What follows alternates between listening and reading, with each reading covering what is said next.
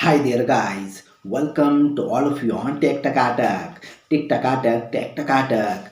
आज के वीडियो में हम समझेंगे सबस्टेशन क्या होता है एंड सबस्टेशन का काम क्या होता है एंड सबस्टेशन के टाइप्स कितने होते हैं एंड सबस्टेशन के इक्विपमेंट्स कौन से होते हैं एंड उनका क्या काम होता है। So let's begin. Transmission line में कुछ खराबी भी आ सकती है, इसलिए उसका मेंटेनेंस भी करना पड़ सकता है। इसलिए बीच बीच में सबस्टेशन को लगाया जाता है और इसलिए इतनी लंबी ट्रांसमिशन लाइन का पावर फैक्टर भी रिड्यूस हो जाता है। तो पावर फैक्टर को इम्प्रूव करने के लिए सबस्टेशन में कैपेसिटर बैंक्स का यूज किया जाता है एंड एक्चुअली ये जो कैपेसिटर होते हैं ये पावर फैक्टर को इम्प्रूव करते हैं। इसके वजह से हमारी जो इलेक्ट्रिकल पावर की क्वालिटी है वो इम्प्रूव हो जाती है। बट एक्चुअली ये जो कैपेसिटर बैंक्स है ये हम लोग नॉर्मली लोड के नियरर के जो सबस्टेशन होते हैं वहाँ पर लगाते हैं।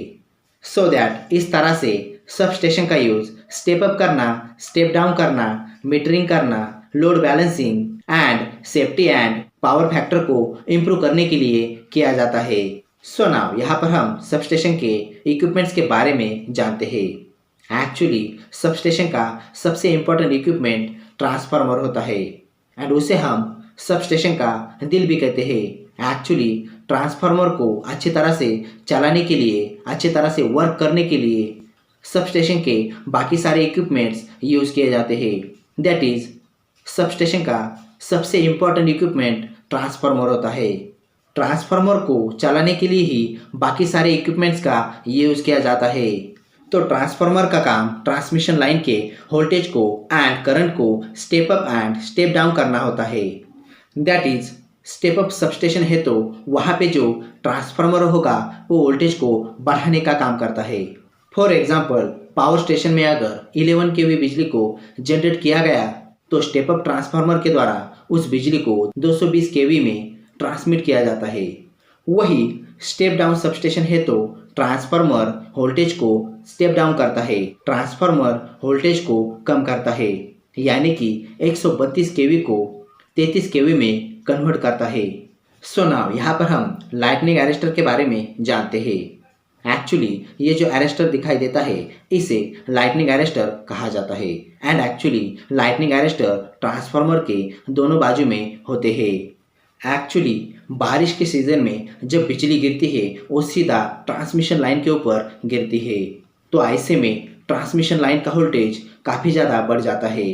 तो इस एक्स्ट्रा वोल्टेज से ट्रांसफार्मर भी खराब हो सकता है, इसलिए ट्रांसफार्मर के दोनों बाजू में लाइटनिंग अरेस्टर लगाया जाता है। Actually lightning arrester rated voltage से ज़्यादा वोल्टेज को यानी कि एक्स्ट्रा वोल्टेज को सीधा ग्राउंड कर देता है। जैसे 132 kV की लाइन में अगर अचानक 300 kV का वोल्टेज आ गया तो लाइटनिंग अरेस्टर उस एक्स्ट्रा वोल्टेज को सीधा ग्राउंड कर देता है। तो इस तरह से लाइटनिंग अरेस्टर ट्रांसफार्मर को सेव करता है एंड एक्चुअली सबस्टेशन में स्विचिंग की वजह से भी वोल्टेज बढ़ता है, तो लाइटनिंग अरेस्टर उस जगह पे ट्रांसफार्मर को प्रोटेक्शन प्रोवाइड करता है। सो नाउ यहाँ पर हम सर्किट ब्रेकर के बारे में जानकारी लेते हैं। एक्चुअली ये जो ब्रेकर दिखाई देता है इसे सर्किट ब्रेकर कहा जाता है एंड एक्चुअली ये जो सर्किट ब्रेकर होता है ये ट्रांसमिशन लाइन एंड ट्रांसफार्मर दोनों को प्रोटेक्शन प्रोवाइड करता है। एक्चुअली जब भी ओवर करंट, ओवरलोड या फिर ओवरफॉल की कंडीशन होती है तो सर्किट ब्रेकर ओपन हो जाता है एंड ट्रांसफार्मर को प्रोटेक्शन प्रोवाइड करता है। एंड एक्चुअली बड़े बड़े सबस्टेशन में मोस्टली SF6 सर्किट ब्रेकर का यूज़ किया जाता है एंड एक्चुअली ये जो सर्किट ब्रेकर है ये भी ट्रांसफार्मर के दोनों साइड में लगाया जाता है।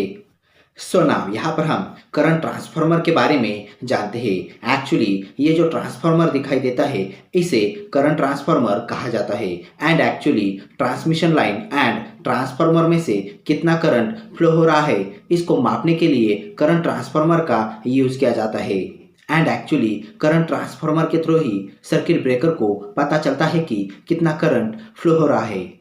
सो नाउ यहाँ पर हम आइसोलेटर के बारे में जानते हैं। एक्चुअली ये जो दिखाई देता है इसे आइसोलेटर कहा जाता है एंड एक्चुअली आइसोलेटर एक तरह का अपलोड इक्विपमेंट होता है। जैसे कि हमें अगर ट्रांसफार्मर का मेंटेनेंस करना है तो यहाँ पर हमें ट्रांसफार्मर को ऑफ करना पड़ेगा। सो दैट यहाँ पर ट्रांसफार्मर को ऑफ करने के लिए यहाँ पर हम सर्किट ब्रेकर को ऑफ करेंगे। बट एक्चुअली सर्किट ब्रेकर को देखकर यहाँ पर आप ये नहीं कह सकते कि सर्किट ब्रेकर ऑन है या फिर ऑफ है। तो इसलिए पूरी तरह से श्योरिटी के लिए आइसोलेटर का यूज़ किया जाता है। सो दैट यह थी पूरी जानकारी। वीडियो कैसा लगा आप हमें कमेंट करके बता सकते हो एंड इसके बारे में और भी जानकारी चाहिए होंगी देन इसका लिंक मैंने डिस्क्रिप्शन बॉक्स में दिया हुआ है। और अगर आप चाहे देन हमें अदर सोशल मीडिया प्लेटफॉर्म पे भी फॉलो कर सकते हो। एंड अगर आप इस तरह के और भी इंफॉर्मेटिव एंड टेक्निकल वीडियोज़ को देखना चाहते हो देन ऊपर आई बटन के लिंक पर क्लिक करके आप हमारे all informative and technical videos को यूट्यूब पर देख सकते हो। So that thanks for joining me. Stay tune with me on tech टकाटक। Bye bye.